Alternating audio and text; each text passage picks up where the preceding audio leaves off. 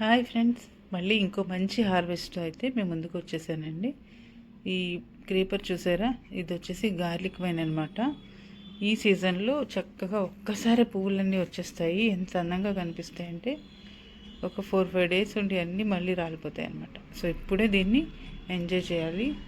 ఇది ఆల్మోస్ట్ చనిపోయింది అనుకున్న మొక్క మళ్ళీ చక్కగా చిగుర్లు పెట్టి మళ్ళీ పువ్వులు చక్కగా సీజన్ వచ్చేటప్పటికి వచ్చేసినాయి. అండ్ నెక్స్ట్ వచ్చేసి వైలెట్ కలర్ మందారం అండి. సో ఈ కలర్ భలే ఉంటుంది మందారాల్లో. అండ్ నెక్స్ట్ మునక్కాళ్ళు హార్వెస్ట్ చేయాలి. ఇది చాలా హైట్ అయిపోయిందని చెప్పి కింద కాస్త స్టూల్ సెట్ చేసుకున్నాను. దానికంటే ముందు ఈ మల్బరీస్ చూసారా ఎంత బాగున్నాయో. సో ఒకసారి ప్రూనింగ్ చేశాను, కొంచెం హార్డ్ ప్రూన్ చేయగానే మళ్ళీ చిగురులు వచ్చేసి మళ్ళీ ఫ్రూటింగ్ అనేది స్టార్ట్ అయిపోయింది అనమాట. మల్బరీకి ఎప్పుడు ప్రూనింగ్ కంపల్సరీ. ఎప్పుడైనా కాపు అయిపోగానే మళ్ళీ మనం ప్రూన్ చేసినట్లయితే మళ్ళీ చక్కగా చిగురులతో పాటు పూత కూడా స్టార్ట్ అవుతుంది. అండ్ నెక్స్ట్ మునక్కాళ్ళు అండి. సో ఎప్పటికప్పుడు హార్వెస్ట్ చేస్తూనే ఉంటాను. మునక్కాళ్ళు అయితే బాగా కాస్తున్నాయి మనకి.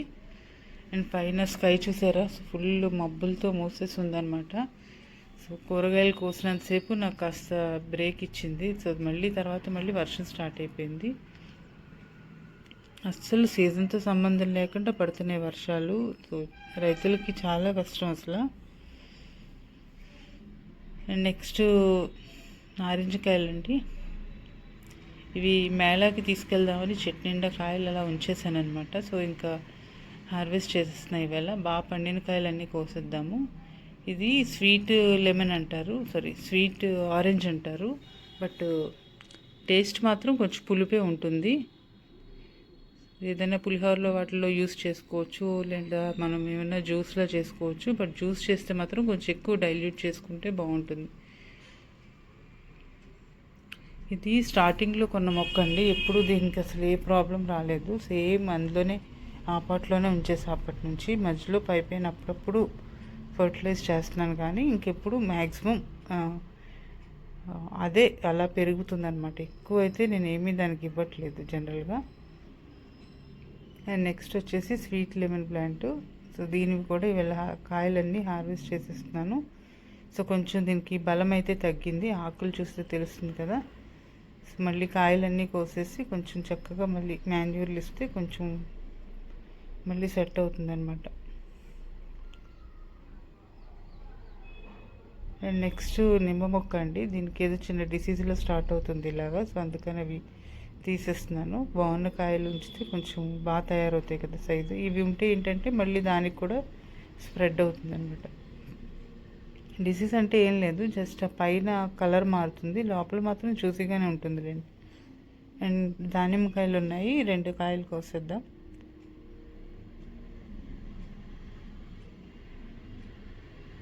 ఇక్కడ బాగానే వస్తున్నాయి దానిమ్మ. సైట్లో ఇంకా స్టార్ట్ అవ్వలేదు ఫ్లవరింగ్ అది. ఇది వచ్చి భగవాన్ వెరైటీ దానిమ్మ. అండ్ నెక్స్ట్ జాంకాయలు ఉన్నాయండి, బట్ ఇంకా రెడీ అవ్వాలనుకుంటున్నా.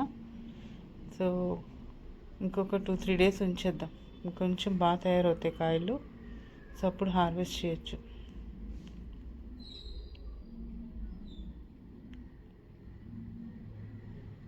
అండ్ నెక్స్ట్ చిక్కుడుకాయలండి. ఇవి మనం లాస్ట్ ఇయర్ సీడ్తో గ్రో చేసిన చిక్కుడే.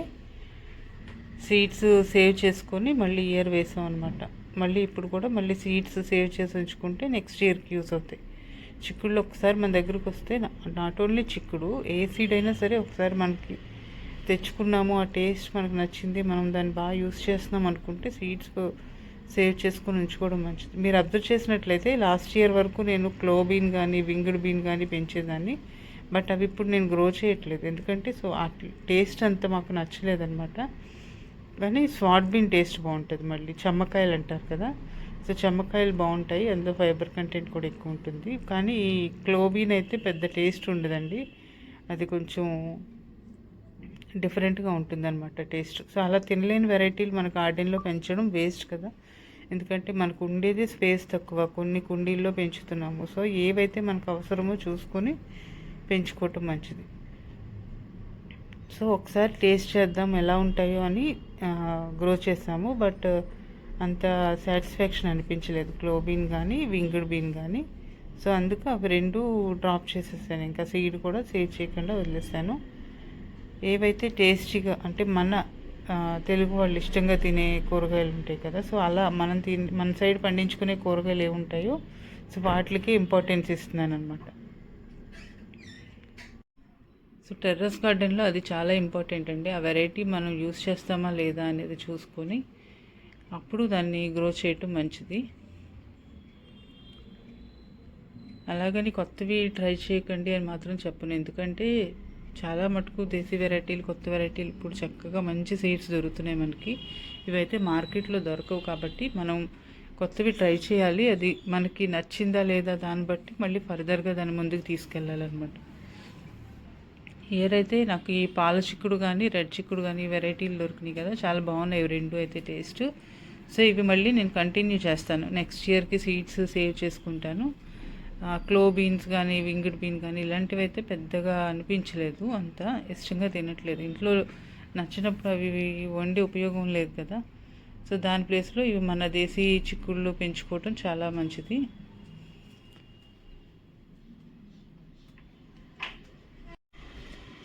ఈ రెండు చిక్కుళ్ళు అండి నేను టేస్ట్ చేసిన తర్వాతే మీకు చెప్తున్నా బాగున్నాయని చెప్పి. అండ్ ఇది సేమ్ ఇందాక కోసాం కదా, సేమ్ ఆ చిక్కుడే అనమాట.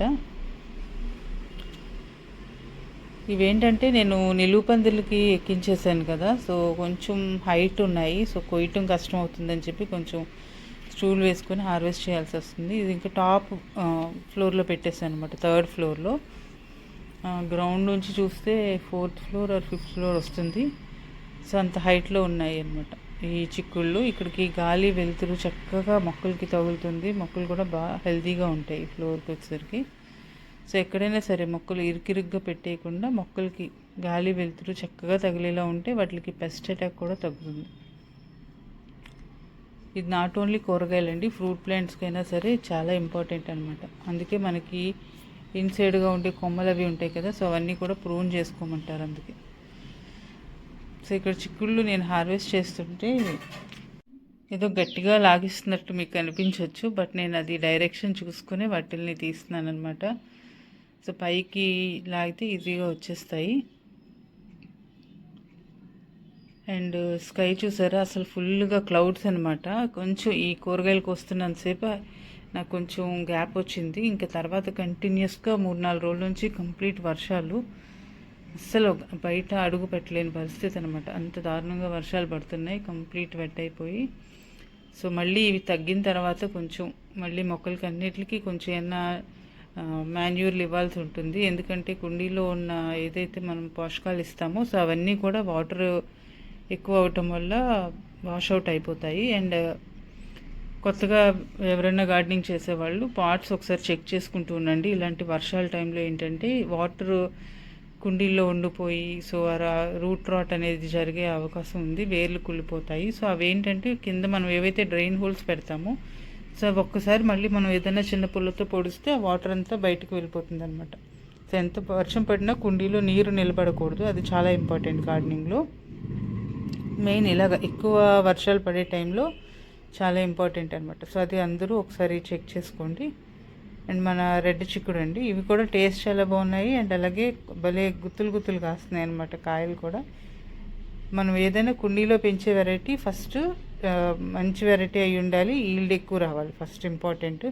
సో అప్పుడే మనకి ఇంట్లో మన అవసరాలు తీరుతూ ఉంటాయి అన్నమాట. కూరగాయలు ఎక్కువ వస్తేనే కదా మనకు ఉపయోగం, ఎందుకంటే చిన్న చిన్న కుండీల్లో పెడతాము, ఎక్కువ పెట్టలేము, నేల మీద ఉన్నంత రూట్ స్ప్రెడ్ అవ్వలేదు. సో చిన్న కుండీలోనే మనకి ఎక్కువ ఈల్డ్ ఇవ్వగలిగే వెరైటీస్కి వెళ్తే చాలా మంచిది. సో ఇది కూడా బాగా అంటే గుత్తులు గుత్తులుగా బాగా కాసినాయి రెడ్ చిక్కుడు కూడా. ఇంకా నేనైతే చూడండి ఇలాగా పెయింట్ బకెట్ బోర్లించేసి దాని మీద ఎక్కి కోస్తున్నాను అనమాట. పై కాయలు నాకు అందట్లేదు, సో ఇలా వేసుకోవాల్సి వచ్చింది. కింద ఫ్లోర్లో ఏంటంటే స్టూల్ పెట్టుకుంటాను, బట్ పైకి అస్తమాను కిందకి పైకి దాన్ని తీసుకొని తిప్పలేం కదా, మనం కూరగాయలు కోసుకొని ఇవి పట్టుకొని దిగాలి, బరువు పట్టుకొని. సో అందుకని ఎక్కడిదక్కడ అలాగే అడ్జస్ట్ చేసేసుకుంటూ ఉంటాను. సో ఇవి చాలా మటుకు కొంచెం పైకి ఉన్నాయండి, సో ఆ పైకాయలు కూడా చూపిస్తాను. పైన అవుట్ సైడ్కి కాసినాయి అనమాట. ఇదేంటంటే పారాపుట్ వాళ్ళకి మేము ఇలాగా చేయించుకున్నాము నిలువుపందిరిలాగా. సో కొంచెం బయటికి ఉన్నవన్నీ కోయటం అప్పుడప్పుడు కష్టమవుతుంది. ఇంకేం కాదు, ఇది వచ్చి 4th ఫ్లోర్ కదా. ఇక్కడ ఏమన్నా బై మిస్టేక్ మీకు వీడియో తీసే సందర్లో నేను ఫోన్ జారేసాను అనుకోండి, కిందకి వెళ్తుంది అది తిన్నగా. బట్ మీకు అవుట్ సైడ్ గుర్తులు చూపించాలని చెప్పి ఇలా ఫోన్ పైకి పెట్టి చిన్న వీడియో క్లిప్ తీస్తున్నాను. కొండలు చూసారా ఎంత బాగున్నాయో, క్లౌడ్స్ కిందకి దిగి. సో 1-2 రోజులు వర్షం పడితే పర్వాలేదు, కానీ ఇంత 4-5 రోజులు అంటే కష్టం మనకి. అండ్ నెక్స్ట్ కొత్తిమీర అండి. ఈ వెరైటీ అయితే బాగుంది, విత్తనం చాలా మంచి స్మెల్ వస్తుంది అనమాట. కొత్తిమీర మంచి దేశీ కొత్తిమీర లాగా. విశాలాక్షి నగర్లో ఉండే వాళ్ళకి ఇది ఐడియా ఉంటుందండి, ఎందుకంటే మనకి మండే మార్కెట్ అవుతుంది కదా. సో అప్పుడు అమ్ముతూ ఉంటారు ఈ విత్తనాలు. ట్రై చేయండి, చాలా బాగున్నాయి. అండ్ నెక్స్ట్ మన కేశవర్ధిని ప్లాంట్ మంచి ఫ్లవరింగ్ స్టార్ట్ అయింది. అండ్ ఈ ఫ్లోర్లో కొన్ని మిరపకాయలు ఉన్నాయండి. సో మిరపకాయలు కూడా కోసేద్దాం. ఈ మిర్చి కూడా చెప్పాలి మీకు, ఇదేంటంటే పండు మిరపకాయలు అంటాం కదా మనం, వేసవికాలంలో పచ్చడి పెడతారు కదా. సో అలాగని తెచ్చిన పండు మిరపకాయలు 2 కాయలు ఉంచి సో అవి వేసాను అనమాట. ఈ మొక్క అయితే భలే హెల్తీగా పెరుగుతుంది. మీరు ఎక్కడైనా కొంచెం ఆకది కూడా అబ్జర్వ్ చేయండి, ఎక్కడ చిన్న మచ్చ కూడా రాలేదన్నమాట. ఈ వెరైటీలో హెల్తీగా పెరిగింది ప్లాంట్, చాలా బాగుంది. సో ఇదొకటి కంటిన్యూ చేయాలి. నెక్స్ట్ కొన్ని మిరప వేస్తాం, కానీ ఆకు మీకు ఈ జమిని తెగులని, ముడత తెగులని చాలా తెగుళ్ళు వస్తూ ఉంటాయి మిరపలో. దీనికి అసలు ఎక్కువ తెగుళ్ళు ఆశించడం అయితే నేను ఇప్పటి వరకు చూడలేదు. చాలా ఈల్డ్ బాగుంది, మొక్క కూడా భలే హెల్తీగా ఉందన్నమాట. ఫస్ట్ అది సీడ్ మంచి సీడ్ అయితే ఏదైనా ప్రాబ్లం వచ్చినా ఫస్ట్ తట్టుకోగలుగుతుంది. మనం ఎలాగైతే ఇమ్యూనిటీతో ఉంటే మనకేవి త్వరగా ఎఫెక్ట్ చేయవు, చేసినా సరే త్వరగా తగ్గిపోతూ ఉంటాయి ఇక్కడ. సో అలాగే మొక్కల్లో కూడా. అండ్ ఈ టమాటో వచ్చేసి ఇది ఏదో డిసీజ్ వచ్చిందండి, ఇంకెందుకు తీసేద్దాం కదా అని చెప్పి ఏవో 2-3 కాయలు ఉంటే కోసేస్తున్నాను. సో ఇది తీసేస్తే నెక్స్ట్ దాని కింద మళ్ళీ వేరే కొత్తగా పెట్టాను అనమాట, నాటు వెరైటీలు. లాస్ట్ ఇయర్ సీడ్ సేవ్ చేసి ఉంచాను. సో అది కొంచెం మళ్ళీ హెల్తీగా వస్తే బాగుంటుంది. అండ్ కొన్ని వంకాయలు ఉన్నాయండి, తక్కువే ఉన్నాయి ఈ వారం అయితే. వంగ మొక్కకి కొంచెం మంచిగా ఎండ తగిలితే బాగుంటుంది. ఇంచుమించు 1 వీక్ 10 డేస్ నుంచి no sunlight. And last and ఫైనల్గా కొంచెం దొండకాయలు ఉన్నాయి, హార్వెస్ట్ చేసేద్దాము. సో దీంతో ఇంకా మన హార్వెస్ట్ అయితే కంప్లీట్ అయిపోతుంది. అక్కడక్కడ కొంచెం 1 or 2 బీరకాయలు ఉన్నాయి, అండ్ అలా కాకర ఉన్నాయి. హార్వెస్ట్ చేయడం అయితే మర్చిపోయాను. బట్ ఈ వేళ అయితే మంచి హార్వెస్టే వచ్చిందని చెప్పాలి. చిక్కుడుకాయలు అయితే చక్కగా 3 వెరైటీలు వచ్చినాయి. అండ్ అలాగే కొన్ని ఫ్రూట్స్ అండ్ అలాగే ఫ్లవర్స్తో ఈవేళ మన హార్వెస్ట్ అయితే కంప్లీట్ అయిపోయింది. అండ్ కలర్ఫుల్గా కూడా ఉంది, చూసారా టేబుల్ ఎంత కలర్ఫుల్గా ఉందో. సో వీడియో మీకు ఎలా అనిపించిందో కామెంట్స్లో తెలియచేయండి. నచ్చితే లైక్ చేయండి, అలాగే ఫ్రెండ్స్ అండ్ ఫ్యామిలీ మెంబర్స్కి కూడా షేర్ చేయండి. Thank you all for watching మా బృందావనం.